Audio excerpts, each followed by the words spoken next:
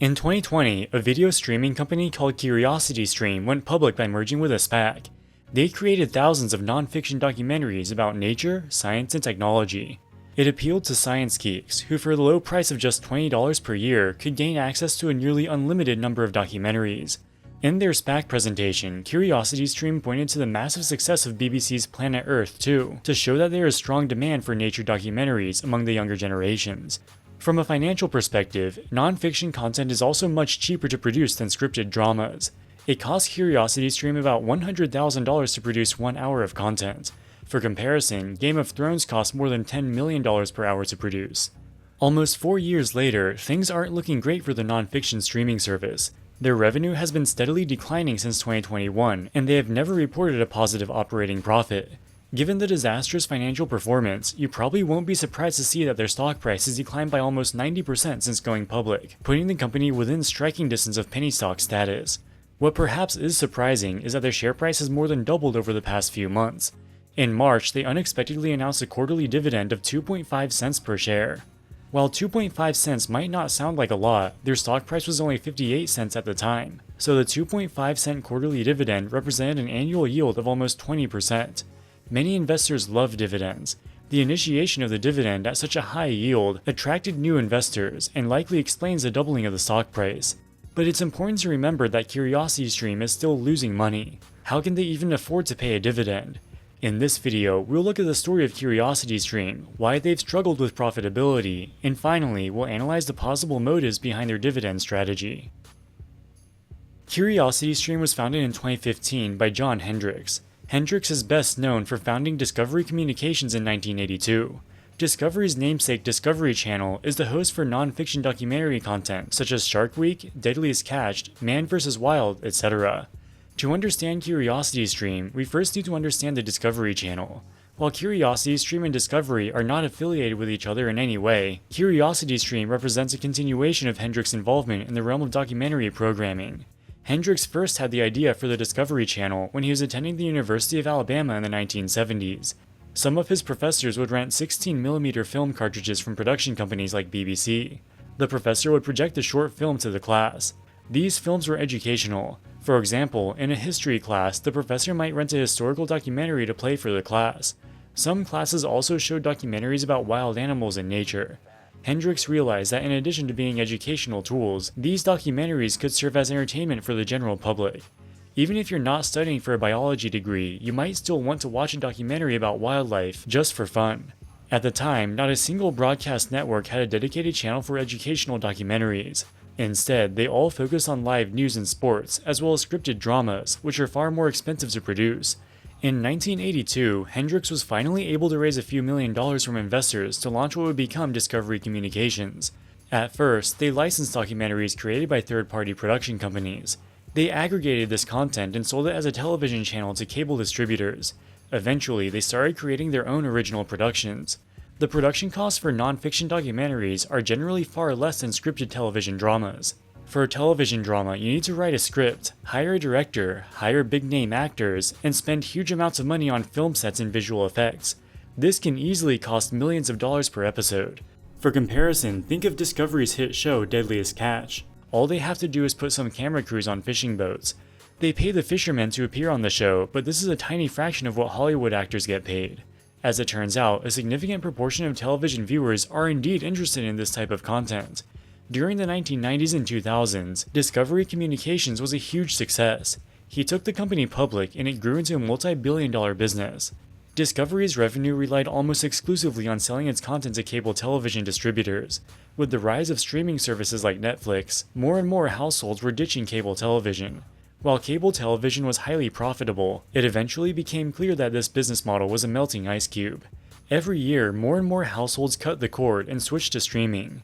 In 2014, John Hendricks stepped down as chairman of Discovery. 1 year later, he founded CuriosityStream. At its core, CuriosityStream is supposed to be an online streaming version of the Discovery Channel. They create original documentaries about nature, science, technology, and society. Between 2015 and 2019, John Hendricks put in $140 million of his own money to create a library of documentary content. Because the cost of the content is much cheaper to produce than scripted dramas, CuriosityStream also charged a far lower price to consumers. Initially, the service only cost $3 per month, or $20 per year. Some of their most popular shows include documentaries about the Wild West, Inside the Mind of a Con Artist, which looks at the psychological vulnerabilities con artists exploit, documentaries about the rise of artificial intelligence, historical documentaries about World War II, and of course they have numerous nature documentaries about everything from endangered tigers to animals living in urban areas. By the time of the SPAC transaction in 2020, they had grown to about 800,000 paying subscribers. They also had 12 million so-called bundled subscribers. CuriosityStream provides access to its content to third-party media distributors to be used as a part of a larger bundle. These distribution partners included Fubo TV, the Indian media company Tata Sky, and many others. In some cases, internet service providers would even provide complimentary access to CuriosityStream to their broadband customers. These bundled deals are typically negotiated at a massively discounted rate, so CuriosityStream's average revenue per user is minuscule. At various times, CuriosityStream has advertised the fact that they had over 20 million subscribers. But the vast majority of these have access to CuriosityStream via a bundled service, and may have never even watched it. In the first year after CuriosityStream went public, things seemed to be going pretty well. In the fourth quarter of 2021, revenue peaked at $27 million. Due to their low content production costs, their gross profit margins were quite high. They spent heavily on advertising, mostly on social media platforms like YouTube. The high advertising expense caused the company to report operating losses, but so long as this translated to revenue growth, investors were satisfied. In September of 2021, CuriosityStream paid $6 million to buy a 12% stake in the video subscription service Nebula. Nebula was founded by the YouTuber behind the Wendover Productions channel. Dozens of large YouTubers have signed up to Nebula. They post their videos on Nebula ad-free and occasionally create videos exclusively for Nebula. Viewers pay a subscription fee to access content on Nebula. As part of the investment, they also signed a marketing partnership. They offered a bundled package including both CuriosityStream and Nebula for $20 a year, the same price to subscribe to CuriosityStream as a standalone service. You effectively got Nebula for free. Sometimes they would even run promotions with the price being dropped to $15 per year. YouTubers on the Nebula platform started advertising the CuriosityStream bundle in their videos. In aggregate, the bundle was advertised to tens of millions of viewers per month. The subscription revenue from the bundle was split between CuriosityStream and Nebula. The exact terms of the revenue share were not publicly disclosed. Additionally, every time one of the Nebula YouTubers advertised the bundle in a video, CuriosityStream paid them in cash. This cost CuriosityStream millions of dollars per quarter. While the business appeared to be going well for CuriosityStream in 2021, this success would prove short-lived. Over the following 2 years, their revenue declined by more than 50%. So what went wrong? If we look at the revenue by segment, in 2021, most of the growth came from content licensing. In addition to running its own streaming service, CuriosityStream also licenses some of its shows to other media companies. For example, back in 2020, HBO Max paid CuriosityStream millions of dollars for access to a number of their shows. This licensing deal has since ended. If you think back to 2021, that was at the peak of the streaming investment boom. Legacy media companies like Warner Media, NBC Universal, Disney, etc. were all trying to catch up to Netflix. A lot of these traditional media companies lacked non-fiction documentary content. So instead of creating it themselves, which would have been expensive and time-consuming, they paid to license CuriosityStream's documentaries. Content licensing revenue all but collapsed in 2023. While it's hard to tell the exact reason for this, there are likely a few contributing factors. Facing rising interest rates and declining stock market valuations, the large streaming services became more selective about content acquisition. With CuriosityStream being a niche content provider, they were probably one of the first items on the chopping block. Consolidation is also bad for content licensing. For example, in 2022, Warner Media merged with Discovery. Warner Media used to pay CuriosityStream to license content for its HBO Max streaming service. Discovery had more than enough non-fiction documentaries, so there is no longer any reason to pay for CuriosityStream's content. In an attempt to increase revenue, CuriosityStream doubled its subscription price in March of 2023. The annual subscription now costs $40 per year. Despite doubling the price, their direct subscription revenue stayed roughly flat throughout 2023. Not very many people were willing to sign up at the higher price. The next problem came with their Nebula bundle. While this bundle was a successful marketing ploy, it was also very expensive. Remember that whenever one of the Nebula YouTubers advertised the bundle in a video, CuriosityStream had to pay them thousands, and in some cases tens of thousands of dollars. Immediately following the SPAC transaction, CuriosityStream had over $100 million of cash on hand. As they incurred operating losses, their cash balance steadily declined, falling to about $40 million by the end of 2023.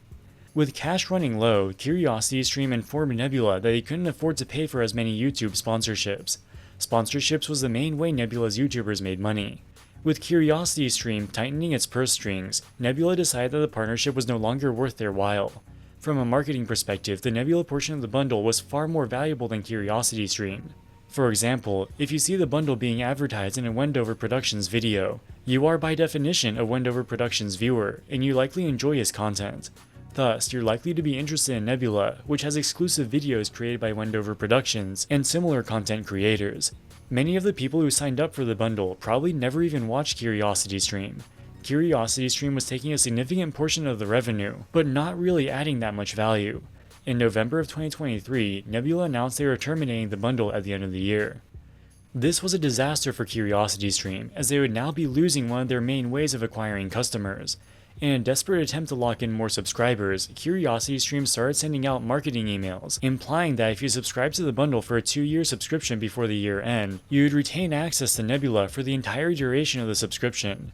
This was not true. Nebula put out a statement calling out CuriosityStream for misleading its customers. People who subscribed to the bundle had their subscriptions automatically renewed by default. Starting in 2024, renewals did not include access to Nebula. This upset many subscribers who primarily watched Nebula instead of CuriosityStream. They were charged for a year of CuriosityStream, which they didn't want. This has caused a lot of resentment among subscribers. Currently, almost half of CuriosityStream reviews on Trustpilot are 1 star. In CuriosityStream's SEC filings, they disclose that following the termination of the Nebula bundle, they have experienced a decline in their number of subscribers. They are also at risk of further churn from subscribers who only wish to access Nebula directly. Despite losing subscribers, CuriosityStream's direct subscription revenue actually increased slightly in the first quarter of 2024.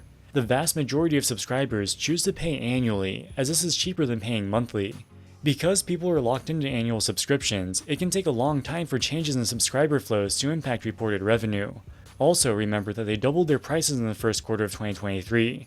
For existing subscribers, the price increase is only realized when their annual plan renews. So between the first quarter of 2023 and the first quarter of 2024, a steady stream of existing subscribers were renewed at the higher price. CuriosityStream does not disclose their number of subscribers, which makes analysis difficult. Starting in the second quarter of 2024, revenue is likely to decline, as the benefit from the price increase has already been realized. CuriosityStream's business appears to be imploding. In the first quarter of 2024, they generated $9.5 million of direct subscription revenue. This excludes bundled subscriptions and content licensing. Based on the current subscription price, this translates to about 1 million subscribers, with that number likely to decrease going forward. So why has CuriosityStream failed to garner more subscribers? Even after the 2023 price increase, it's still cheaper than any of the other major streaming services. So why are so few people willing to pay even such a small amount? While CuriosityStream's price is low, the quality of its content is also quite low. If you compare CuriosityStream documentaries to those produced by National Geographic or Netflix, for example, the difference in production budget is obvious.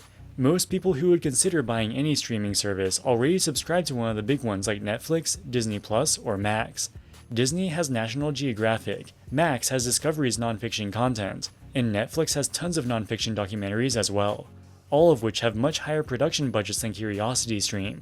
The only benefit of CuriosityStream is its quantity. While Netflix has a few hundred high-budget documentaries, CuriosityStream has thousands of low-budget documentaries. But if your goal is to watch an endless quantity of science content, there are tens of thousands of science videos on YouTube you can watch for free, many of which are of similar, if not better, quality than CuriosityStream. CuriosityStream finds itself in an awkward position where its content is too expensive to be monetized through an ad-supported platform like YouTube, but the quality is too low to compete with the streaming giants like Netflix, Disney Plus, and Max. If you watched our previous video about Vice Media, they fell into a similar trap. Their production costs were way too high to be covered by the ad revenue alone. But the quality was too low to be effectively monetized on pay TV. With the rise of ad-supported media platforms like YouTube and TikTok, most people aren't willing to pay for content unless it's very high quality. CuriosityStream thought it was competing against Netflix and Disney Plus. In reality, they were competing with YouTube. And it's very difficult to compete when your competitor's product is free. As CuriosityStream's revenue has declined over the past couple years, they've also cut down their advertising and general administrative expenses. This has allowed them to reduce their operating losses, although they're still losing money. Surprisingly, in March of this year, they announced the initiation of a quarterly cash dividend to be paid to all shareholders. It's unusual for a money-losing company to pay a dividend. Paying dividends costs money. If a company is not making profits, how can a dividend possibly be sustainable? Since the fourth quarter of 2022, CuriosityStream's cash flow from operations has been consistently greater than operating income. In the first quarter of 2024, their cash flow from operations finally turned positive, despite the company still reporting an operating loss. So what explains the difference between cash flow from operations and operating loss? To conserve cash, CuriosityStream has drastically reduced its spending on new content. In the first quarter of 2024, they only spent $426,000 on creating new content. Under GAAP accounting rules, content production costs are not recognized as expenses immediately. Hypothetically, let's say it costs $100,000 to film a documentary. You expect your subscribers to watch this documentary for the next 10 years. This documentary will be indirectly generating revenue for the next 10 years. You recognize zero expense up front. Instead, you recognize $10,000 of content amortization expense per year over the next 10 years. Back in 2020 and 2021, when CuriosityStream had a lot of cash and was trying to grow, their spending on new content exceeded the amortization of old content. Now it's the opposite. Their spending on new content is less than the amortization of old content. In their first quarter earnings release, CuriosityStream proudly bragged about the fact that they achieved positive cash flow from operations for the first time ever. They claim that this positive cash flow gives them the funds to pay dividends. This is ultimately unsustainable. Their low content spending means their library of shows will quickly grow stale. As their existing subscribers run out of interesting shows to watch, they are likely to cancel their subscriptions in droves. When a company initiates a dividend, it's usually viewed as a sign of confidence. In my opinion, CuriosityStream is the opposite. The senior management can likely see that the business has failed. Investing in more content would just be throwing good money after bad. So instead, they'll let the business die and distribute what little cash they have left as dividends. Alright guys, that wraps it up for this video. What do you think about CuriosityStream? Let us know in the comments section below. As always, thank you so much for watching and we'll see you in the next one. Wall Street Millennial, signing out.